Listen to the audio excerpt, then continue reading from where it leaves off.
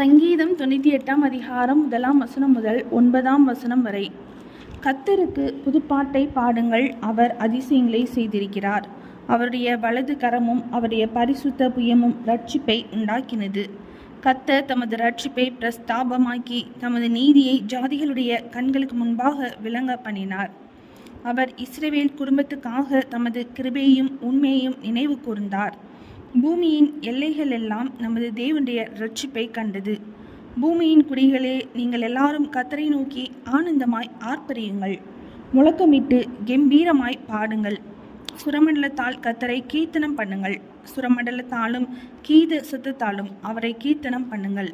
கர்த்தராகிய ராஜாவின் சமூகத்தில் பூரிகைகளாலும் எக்கால சத்தத்தாலும் ஆனந்தமாய் ஆர்ப்பரியுங்கள். சமுத்திரமும் அதன் நிறைவும் பூச்சக்கரமும் அதன் குடிகளும் முழங்குவதாக. கர்த்தருக்கு முன்பாக ஆறுகள் கைகொட்டி பர்வதங்கள் ஏகமாய் கெம்பீரித்து பாடக்கடவது. அவர் பூமியை நியாயந்தீர்க்க வருகிறார். பூலோகத்தை நீதியோடும் ஜனங்களை நிதானத்தோடும் நியாயந்தீர்ப்பார். சங்கீதம் 98 அதிகாரம் முடிந்தது.